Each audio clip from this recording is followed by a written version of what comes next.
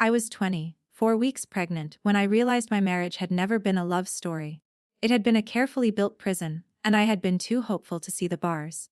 People always ask when abuse begins. They imagine one dramatic moment that changes everything overnight. The truth is much quieter. It starts with small insults disguised as jokes, little rules disguised as concern, and endless apologies that somehow become your responsibility instead of theirs. By the time I understood what my husband really was, I was carrying our daughter, living under the same roof as his parents, and waking up every morning wondering what version of Trent I would meet. The charming man I married had disappeared long before that morning. What remained was someone I barely recognized. That morning started at exactly 5 o'clock. The bedroom door exploded open so violently that it slammed against the wall, shaking the framed wedding photo hanging beside it. I jerked awake, my heart pounding before I even opened my eyes. "Get up!" Trent's voice echoed through the room like thunder. He stormed toward the bed without slowing down. "Do you think my parents should wait all morning for breakfast?" Before I could answer, he grabbed the blanket and ripped it completely off me. Cold air rushed over my skin, making me shiver. My back screamed with pain as I struggled to sit up. Pregnancy had become harder every week. My hips constantly ached, my feet stayed swollen, and every movement felt like lifting a heavy weight. "Trent."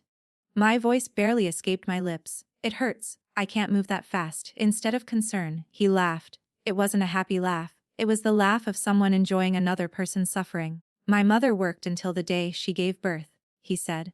"Women aren't made of glass." I slowly placed one hand beneath my stomach, supporting my daughter's weight as I stood. She kicked gently inside me. That tiny movement was the only thing that reminded me why I kept trying. Everything I did for her. "I'll be downstairs," I whispered. "You'd better." His eyes narrowed. "And don't embarrass me in front of my family." I limped into the hallway. The large house looked beautiful from the outside. Expensive furniture, marble floors, family portraits lined every wall. Visitors always admired how perfect everything seemed. None of them knew those walls hid screaming almost every night. As I reached the staircase, I heard laughter coming from the kitchen. Helen, Richard, Nicole, his parents and younger sister were already waiting. When I entered the kitchen, nobody greeted me. Helen sat at the island sipping coffee like a queen watching her servants arrive. Richard read the newspaper without even looking up. Nicole sat on the counter with her phone held high. Only after a few seconds did I realize she wasn't texting. She was recording me. "Good morning," I said quietly. Helen looked me up and down. "You're late." I glanced at the microwave clock. 5:22. "I'm sorry. Sorry doesn't feed people." She took another sip of coffee. "I've never seen someone move so slowly." Nicole giggled without lowering her phone. "Smile, Chloe." I frowned. "Why?" "I'm making a funny video." She turned the camera toward herself. Our lazy princess finally woke up. Everyone laughed except me. I walked toward the refrigerator. Each step sent pain through my hips. My doctor had warned me to avoid standing too long because my blood pressure had been unstable during the pregnancy. I had told Trent. He didn't care. I had told Helen. She said women today were simply weak. I opened the refrigerator and reached for the eggs. The cold air rushed over my face. Suddenly the room tilted. Dark spots floated across my vision. I grabbed the refrigerator door, trying to stay upright. "Not now, please." My legs gave out beneath me. The eggs slipped from my hands. They shattered across the marble floor. A second later, I hit the tile hard enough to knock the air from my lungs. Pain shot through my lower back. I wrapped both arms around my stomach before anything else. "The baby. Please let the baby be okay." Instead of hearing footsteps rushing toward me, I heard laughter. Helen slowly shook her head. "Honestly." Richard folded another page of his newspaper. "So dramatic." Nicole pointed the camera closer. "Oh wow, this is getting good." I tried pushing myself off the floor, but my body wouldn't cooperate. Everything hurt. I couldn't catch my breath. "Please," I whispered. "I just need a minute." Behind me, I heard Trent walking across the kitchen. For one brief moment, I hoped he was finally going to help me. Instead, I heard wood striking against his palm. Slow, heavy, rhythmic. I turned my head. He was holding the polished wooden walking stick his father had bought during a mountain vacation years earlier. Only this morning. He wasn't using it to walk. He was using it to teach me a lesson. He looked down at me with complete disgust. "You embarrassed me," he said. Then he slowly raised the stick over his shoulder. At that moment, I understood something terrifying. This wasn't about breakfast anymore. This was about control. And I wasn't sure I was going to survive it. The walking stick hung in the air for what felt like an eternity. I couldn't move. I couldn't even breathe. Every instinct screamed at me to protect the tiny life inside my body. Please, Trent, I whispered, my voice trembling. Don't do this. I'm carrying your daughter. His expression didn't soften. If anything, it grew colder. You should have thought about that before humiliating me. The stick crashed into my thigh with a sickening thud. Pain exploded through my body. A scream escaped my lips before I could stop it. I curled into a ball, wrapping both arms tightly around my stomach. The baby kicked again, and I silently begged her to keep fighting. Instead of stopping him, Helen calmly stirred her coffee. That's what happens when people refuse to learn. Richard finally lowered his newspaper. You've been too patient with her, son. Nicole never stopped recording. Oh my God.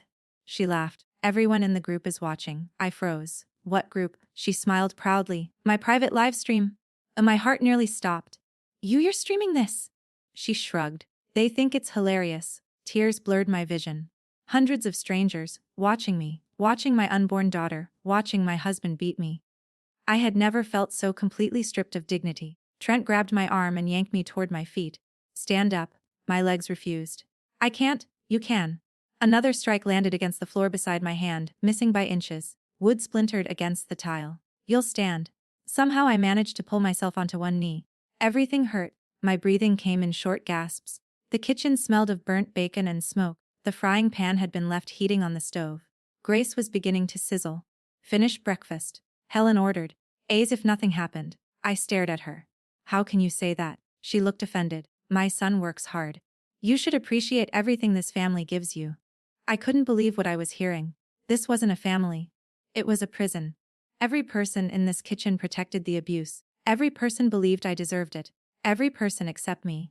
As I struggled to stand, something caught my eye. My phone. It had slipped from my pocket when I fell. It rested only a few feet away beneath the kitchen island. It might as well have been a mile. That phone was my only chance. I glanced toward Trent. He was arguing with his mother about breakfast. Nicole was busy reading comments from her live stream. Richard had gone back to his newspaper. No one noticed my eyes. Slowly, very slowly. I crawled. Each movement sent fresh pain through my bruised leg. My fingers stretched toward the phone. Just a little farther. Please, please. Almost there. My fingertips touched the cold metal edge. I grabbed it. There wasn't enough time to unlock the screen. No time to call. Then I remembered something Alex had shown me months earlier. If you're ever in real danger, my brother had said, press the power button 5 times. It automatically sends me your location. It also starts recording. At the time, I laughed. I never imagined I would need it. Now it was the only thing standing between life and death. Without making a sound, I pressed the button. Once. Twice. 3 times. 5. The screen vibrated. Emergency SOS activated. Location sent. Audio recording started. I held the phone close to my mouth. Alex, and my voice cracked. If you hear this, they're hurting me. My baby. Before I could finish, a heavy boot slammed onto my wrist. Pain shot through my arm. The phone flew across the floor. Trent snatched it before I could reach it again. His face turned white as he looked at the screen. You called someone. His voice shook. I didn't answer. He already knew. His eyes darted across the display. Then he read the words aloud. Emergency audio sent. Alex. The room fell silent. Nicole slowly lowered her phone. Helen stopped stirring her coffee. Even Richard stood up. For the first time that morning. They looked afraid. My brother is coming, I whispered. Trent stared at me in disbelief. Then rage exploded across his face. You stupid woman. He hurled my phone against the marble countertop. Glass shattered in every direction. He picked it up again and smashed it against the wall. The screen broke into dozens of pieces. Still, a tiny green notification light continued blinking. Recording. Still recording. Trent's breathing became heavier. What if he already heard everything? Nicole swallowed nervously. It says audio delivered. Helen's confidence disappeared. What do we do? Richard hurried toward the front door. Lock everything. He slid the deadbolt into place, closed every curtain, checked every window. Panic spread through the house like wildfire. Moments earlier they had acted like kings. Now they looked like criminals. Because that's exactly what they were. Trent knelt beside me. He grabbed my chin so hard I thought my jaw would crack. You listen carefully. His voice dropped to a whisper. When your brother gets here, you smile. You tell him you slipped. You tell him pregnancy hormones made you emotional. If you say one word. Hugh slowly pointed the broken walking stick toward my stomach. I'll finish what I started. A chill spread through my entire body. He wasn't making an empty threat. He meant every word. Outside. The neighborhood remained quiet. Inside, every second felt heavier than the last. Then, Nicole looked through the blinds. Her face suddenly turned pale. "A black truck," she whispered. "It's stopping outside." No one moved. No one breathed. Trent tightened his grip on the stick. Helen's coffee cup slipped from her hands and shattered on the floor. Richard backed away from the front door. The truck engine turned off. Silence. Then, a loud metallic tick echoed from the side of the house. Every light instantly went out. The refrigerator stopped humming. The microwave went black. The entire house disappeared into darkness. Someone had cut the power. My heart began racing. Only one person would think of doing that. Alex. And I knew he wasn't coming to ask questions. He was coming to save me. The darkness swallowed the house in an instant. For a few terrifying seconds, no one moved. The only sounds were the hiss of burning oil on the stove, and the frantic breathing of the people who had spent months making my life a nightmare. My heart pounded so hard I thought everyone could hear it. I knew exactly who had cut the power. Alex. He wasn't the kind of man who knocked politely when someone he loved was in danger. He had spent 8 years in the military. He knew how to take control of a situation before anyone else understood what was happening. And right now, he was taking away every advantage they had. "Find some flashlights?" Helen screamed. "I can't see anything." "Shut up," Trent barked. His voice was no longer filled with confidence. It was filled with fear. "Nobody opens a door." Richard fumbled through a kitchen drawer, searching for something to defend himself with. He finally grabbed a large carving knife. Nicole clutched her phone tightly. The live stream ended. She whispered, "The Wi-Fi is gone." "No kidding!" Richard snapped. "Use your mobile data!" Her fingers raced across the screen. It won't connect. The thick walls of the house blocked most of the signal. For the first time since I had married into this family, they weren't in control anymore. I lay on the cold kitchen floor, holding my stomach. Every second felt like an hour. "Come on, sweetheart," I whispered to my baby. "Stay with Mummy." A tiny kick answered me. Tears filled my eyes. She was still fighting. That gave me strength. Suddenly glass exploded somewhere behind the house. Helen screamed. Richard nearly dropped the knife. Nicole covered her mouth. "What was that?" she cried. Nobody answered. Heavy footsteps echoed through the hallway. Slow, steady, deliberate. Whoever was inside wasn't sneaking. He wanted them to hear every step. Trent swallowed hard. "I have a weapon," he shouted into the darkness. "If you come any closer, I'll use it." The footsteps never slowed. Another step. Then another. Closer, until they stopped just outside the kitchen. A blinding white beam suddenly sliced through the darkness. A powerful flashlight swept across the room. It illuminated Helen trembling behind the kitchen island, Richard gripping the carving knife with shaking hands, Nicole crying beside the refrigerator. Then the light found me, curled on the floor, bruised, bleeding, holding my swollen stomach. The flashlight remained on me for only a second before slowly lifting. Standing in the doorway was my brother, Alex. He looked exactly the way I remembered from his military days. Tall, broad shoulders, calm. His dark jacket was covered with tiny pieces of shattered glass. In one hand he held a heavy steel flashlight. In the other, a wrench. His face showed almost no emotion, but I knew that expression. It meant someone had crossed a line that could never be uncrossed. His eyes moved across the room. The broken walking stick, the shattered phone, the bruises on my legs, the fear on every face except mine. He didn't need anyone to explain. He understood everything. Richard finally found his voice. "You can't just break into someone's house." Alex ignored him completely. Instead, he walked toward me. Richard stepped in front of him. "I'm talking to you." The next movement happened so quickly I almost missed it. Alex swung the flashlight once. A loud crack echoed through the kitchen. Richard collapsed instantly. The carving knife slid across the floor. Helen let out a terrified scream. Nicole stumbled backward. Trent's confidence disappeared.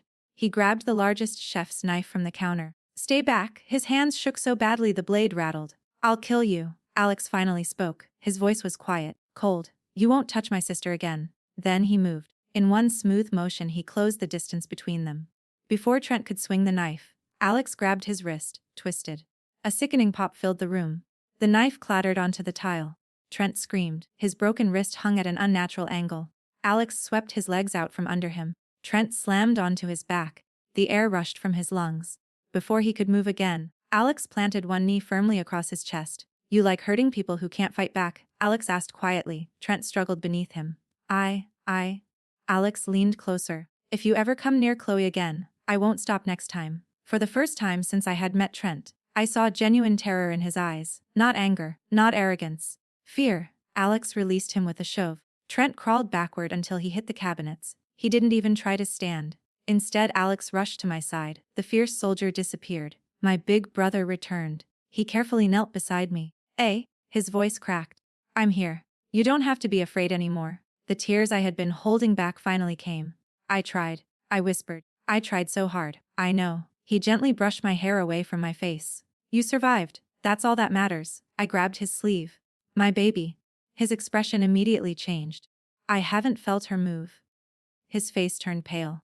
Without hesitation, he reached for his phone. 911. The operator answered immediately. This is Alex Carter. I need police and an ambulance right now. Domestic violence. Pregnant victim.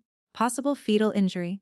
Multiple suspects. Send everyone. Within seconds, the distant sound of sirens began echoing through the neighborhood. Help was finally coming. But the nightmare wasn't over yet. The distant sirens grew louder with every passing second. For the first time since I had entered that house, hope felt real.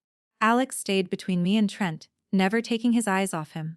My husband sat on the floor clutching his broken wrist, breathing heavily. The fearless bully I had lived with for 2 years had vanished. All that remained was a frightened man watching his lies collapse around him. Helen slowly backed away from the kitchen island. This isn't what it looks like. Alex looked at her without saying a word. She lowered her eyes. Even she knew how ridiculous those words sounded. I tried to sit up, but pain shot through my hip and lower back. Alex immediately supported me. Easy, he said softly. The ambulance will be here in a minute. I nodded, trying to stay calm. Then something caught my attention. Nicole. She wasn't crying anymore. She wasn't looking at me. She wasn't looking at Alex. She was staring beneath the refrigerator. My heart skipped a beat. My phone. It had slid underneath after Trent smashed it. The emergency recording, the live stream, every threat, every strike, every laugh, everything was on that phone. Nicole slowly took a step toward it. Alex was focused on me. The others were frozen. No one noticed her. She quietly dropped to one knee. Her fingers stretched toward the cracked phone. My stomach tightened. She wasn't trying to save it. She wanted to destroy it. Beside the stove, the cast iron pan still sat over an open flame. The cooking oil inside had become dangerously hot, sending thin streams of smoke into the air. If she could throw the phone into that boiling grease, the evidence might be destroyed forever. No, I whispered. She looked at me. A cruel smile spread across her face. You should have stayed quiet. She grabbed the shattered phone, then turned toward the stove. Everything happened in a heartbeat. Adrenaline surged through my body. The pain disappeared. Not because I was healed. Because fear was stronger. I threw myself across the kitchen floor. My bruised leg screamed in agony, but I ignored it. Nicole lifted her arm. The phone dangled above the smoking oil. Just one more second. I reached forward with everything I had left. My hand wrapped around her ankle. I pulled as hard as I could. Nicole screamed. Her feet flew out from under her. She crashed sideways into the cabinet. The phone slipped from her fingers. Instead of falling into the pan, it bounced across the tile. It slid under the refrigerator once again. Safe. You crazy woman! Nicole yelled. She kicked wildly. Her heel slammed into my shoulder. Pain exploded through my chest. Before she could kick again, Alex grabbed the back of her sweater. He lifted her completely off the ground. She weighed almost nothing in his hands. He carried her several feet away and dropped her into the corner of the kitchen. Stay away from my sister. His voice echoed through the room. No one argued. No one moved. Then, red and blue lights flashed through the windows. The sound of tires screeching filled the driveway. Car doors slammed. Voices shouted outside. Police! Open the door! Nobody answered. A second later, Eeg! The front door burst open. Officers flooded into the house with flashlights and weapons drawn. Drop everything. Hands where we can see them? The kitchen erupted into chaos. Trent immediately raised his good hand. Richard, who had just begun waking up, groaned in confusion as officers surrounded him. Helen burst into tears. Nicole tried pointing toward Alex. He attacked us. One officer glanced around the room. Broken furniture, blood on the floor, the shattered walking stick, the bruises covering my legs. The terrified pregnant woman lying on the tile. He wasn't fooled. A female officer hurried to my side. My name is Officer Davis. Can you tell me your name? Chloe, I answered weakly. Can you move? Can you move? I don't think so. She immediately called for the paramedics. Another officer handcuffed Trent. You are under arrest for aggravated assault and domestic violence. Trent protested. She fell. Officer Davis looked directly at him. Then why is there a broken walking stick covered in fresh blood? And Trent said nothing. Richard tried speaking. This is a misunderstanding. Another officer picked up Nicole's phone. Its screen was still unlocked. Comments from the live stream continued pouring in. One message read, "Someone call the police." Another said, "This isn't funny anymore." Another simply wrote, "I recorded everything." Officer Davis slowly looked up. "You live-streamed an assault." Nicole's face turned white. She couldn't finish the sentence. Alex pointed beneath the refrigerator. "My sister's phone is under there. It recorded everything." And an evidence technician carefully retrieved the cracked phone using protective gloves. Even though the screen was shattered, a tiny green light still blinked. "Recording complete." Officer Davis carefully sealed it inside an evidence bag. "We've got it." Those 3 words felt like freedom. No more lies. No more excuses. No more pretending. The truth had survived. Seconds later, paramedics rushed into the kitchen carrying a stretcher. They surrounded me with calm, practiced movements. One checked my blood pressure. Another examined the bruise spreading across my thigh. A third gently touched my shoulder. "We're taking you to the hospital." I nodded. Then panic returned. "My baby." The paramedic looked into my eyes. "We're going to take care of both of you." As they carefully lifted me onto the stretcher, I reached for Alex's hand. He squeezed it tightly. "You don't have to go back here ever again," he said. For the first time in years, I believed him. As the stretcher rolled through the front door, I looked back one last time. Trent sat in handcuffs. Helen was crying. Richard stared silently at the floor. Nicole watched the evidence bag disappear into a police vehicle. The family that had spent months destroying my confidence had fallen apart in a single morning. But as the ambulance doors closed behind me, a new fear filled my heart. The fight for my freedom was over. Now came the fight to save my daughter. The ambulance doors slammed shut. A second later, the sirens came alive. Their piercing sound echoed through the early morning streets as we sped toward the hospital. I lay on the stretcher staring at the ceiling, trying to control my breathing. Every bump in the road sent pain through my bruised body. Alex sat beside me, refusing to let go of my hand. His fingers trembled. I'd never seen my brother afraid. Not when he returned from military deployments. Not when our father passed away. Not even when life had tested him in every imaginable way. But now, he looked terrified. The paramedic secured an oxygen mask over my face. "Take slow breaths," she said calmly. "We're going to check on your baby." I nodded. My entire world had narrowed to one question. Was she still alive? Another paramedic spread cool gel across my swollen stomach. He picked up a handheld Doppler monitor and slowly moved it across my belly. Everyone became silent. The ambulance continued racing through traffic. The sirens screamed outside. Inside, only static came from the machine. The paramedic frowned. He adjusted the angle. More static. My heart began pounding faster. He tried again. Nothing. I looked at his face. He wasn't smiling anymore. Alex noticed it too. "What's wrong?" The paramedic didn't answer immediately. Instead, he reached into another medical bag. "I'm going to use the portable ultrasound." My hands began shaking uncontrollably. "No," I whispered.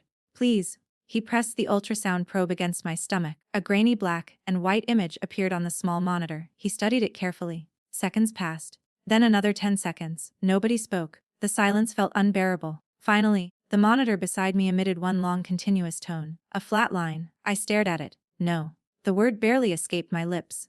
Alex squeezed my hand tighter. The paramedic adjusted the probe again. "Come on," he whispered. "Come on, little one." Another long second passed. Then, a tiny flicker appeared on the screen. The paramedic leaned closer. He adjusted one small dial. Suddenly, a faint heartbeat echoed through the ambulance. Then another. Thump, thump. The sound grew louder, stronger, faster, 140 beats per minute. The paramedic smiled with relief. "There she is." Strong heartbeat. "She's okay?" I burst into tears. Not quiet tears. Deep, uncontrollable sobs. Months of fear poured out of me all at once. Alex covered his face with his free hand. He was crying too. "I told you," he whispered. "She's a fighter." The ambulance pulled into the hospital entrance. Doctors and nurses were already waiting. The doors opened. Bright lights flooded inside. The medical team rushed me through the emergency department. Within minutes I was surrounded by specialists. Blood tests, ultrasounds, X-rays, monitors, machines beeped around me. Hours passed. Finally, a female doctor entered my room carrying a gentle smile. "Mrs. Carter," I interrupted her. "I'm filing for divorce." She smiled kindly. Then Chloe. She placed a hand on my shoulder. "Your daughter is healthy. You suffered severe bruising. You'll need rest. But your baby is perfectly safe." I closed my eyes. For the first time in months, I could breathe. Alex laughed quietly. "I think Hope already inherited your stubbornness." I looked at him. "Hope," he smiled. "Just a suggestion." I repeated the name silently. Hope. It felt perfect. Because hope was the only reason I had survived. Late that afternoon, 2 detectives entered my hospital room. Detective Harris introduced himself before placing an evidence folder on the table. "We have some updates." I sat up slowly. Alex remained beside me. The phone survived. I felt another wave of relief. "Our forensic team recovered every recording." He opened the folder. There was something else. He placed several printed screenshots in front of me. Nicole's livestream, hundreds of comments. Some people had laughed. Others had been horrified. Several viewers had recorded the entire broadcast before it disappeared. One comment caught my attention. "I've already sent this video to the police."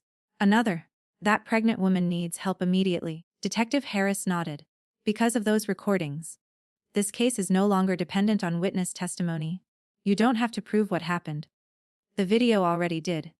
For the first time, the truth couldn't be buried. Over the following weeks, investigators uncovered even more. Neighbors admitted hearing arguments for months. One delivery driver reported seeing bruises on my arms several times. Hospital records showed previous injuries. Messages recovered from Trent's phone revealed conversations with his family. Helen had encouraged him to keep Chloe under control. Richard joked that fear made wives obedient. Nicole had planned several live streams to gain followers. Every lie they had ever told collapsed. 3 months later, the courtroom was completely silent. The prosecutor played the recording. No one looked away. The jury watched Trent strike me. They heard Helen laughing. They watched Nicole film everything. They heard my desperate plea for help. When the video ended, several jurors wiped tears from their faces. The verdict came quickly. Guilty. Trent was convicted of aggravated assault, domestic violence, and making criminal threats. Richard was found guilty as an accessory. Helen was convicted for encouraging the assault and obstructing justice. Nicole faced charges for recording and broadcasting a violent crime while attempting to destroy evidence. As deputies placed handcuffs on Trent, he looked at me one final time. There was no anger left, no confidence, only regret. I simply looked back. I didn't hate him anymore. I didn't need revenge. Justice had already spoken. As I walked out of the courthouse with Alex beside me, the warm afternoon sun touched my face. For the first time in years, it felt like I was walking toward a future instead of running from my past. And that future belonged to me. The months after the trial didn't erase my memories. Trauma doesn't disappear just because justice is served. It heals slowly. Some days I woke up smiling. Other days I woke up believing I was still trapped inside that house. A slammed door could make my heart race. Someone raising their voice in a grocery store could freeze me in place. Healing wasn't a straight line. It was one small step at a time. Thankfully, I wasn't walking that road alone. Alex never left my side. He converted the spare bedroom in his house into a beautiful nursery. Together we painted the walls a soft cream color. We assembled the crib, hung tiny decorations, folded impossibly small baby clothes. Every little task reminded me that life was giving me another chance. My divorce was finalized a few months later. When the judge signed the papers, I felt something I hadn't experienced in years. Freedom. I wasn't someone's victim anymore. I wasn't someone's property. I wasn't the frightened woman who apologized for things she never did. I was simply me. One crisp autumn morning, just before sunrise, my contractions began. Alex drove me to the hospital faster than I had ever seen him drive. "This little girl really likes dramatic entrances," he joked, trying to keep me calm. Even through the pain, I laughed. After everything we had survived, laughter felt like a miracle. Hours later, one final push, one tiny cry. Then, the most beautiful sound I had ever heard filled the room. My daughter. The nurse gently placed her into my arms. She was perfect. Tiny fingers, tiny nose, bright little eyes that slowly opened for the first time. She wrapped her tiny hand around my finger. At that moment, every scar on my body suddenly had meaning. Every painful memory had led me here. I kissed her forehead. "Welcome to the world," I whispered. "I promise you'll always know what love feels like." The nurse smiled. "Have you chosen a name?" I looked toward Alex. He smiled back. We both already knew. Her name is Hope. Because Hope had carried us through the darkest night of our lives. Hope had answered an emergency call. Hope had kicked inside my belly when I thought I had lost everything. Hope had survived. And now, Hope was finally in my arms. Life slowly became peaceful. There were no more screaming mornings. No more walking on eggshells. No more bruises hidden beneath long sleeves. Instead, there were bedtime stories. First smiles. Sleepless nights that I happily welcomed. Tiny footsteps across the living room. Birthday candles. Family photographs filled with genuine smiles. Alex became the world's most protective uncle. Every birthday he reminded Hope of one thing. "You were born brave."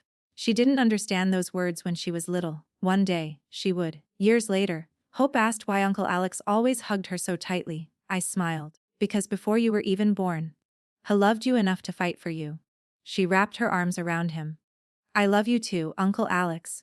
Neither of them noticed the tears filling my eyes. Sometimes people ask me if I hate Trent. The answer surprises them. No, I don't hate him. Hate would mean he still controls part of my heart. He doesn't. Justice took care of him. Time healed me. Forgiveness wasn't for him. Forgiveness was for me. It allowed me to stop carrying the weight of someone else's cruelty. Today, I choose peace. I choose happiness. I choose my daughter. And every single morning, when Hope runs into my room laughing and calling me, Mom, I remember the frightened woman lying on that cold kitchen floor. If I could speak to her now, I would hold her hand and say, don't give up. Help is closer than you think. You are stronger than you know. And one day, you'll smile again. Story summary: Chloe believed she had found a loving husband, but after becoming pregnant, Trent's true nature emerged. Along with his parents, Helen and Richard, and his sister Nicole, he subjected her to constant emotional and physical abuse. One terrible morning, the violence escalated.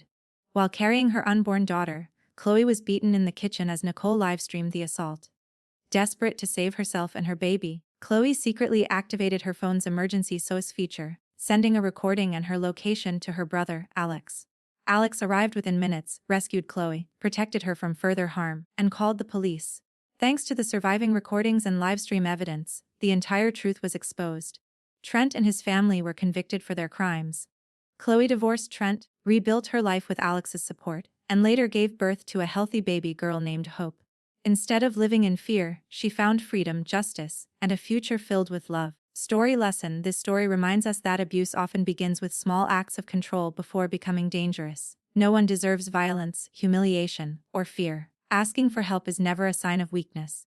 Evidence and speaking the truth can protect victims. Family is not always defined by blood or marriage, but by the people who stand beside you when you need them most.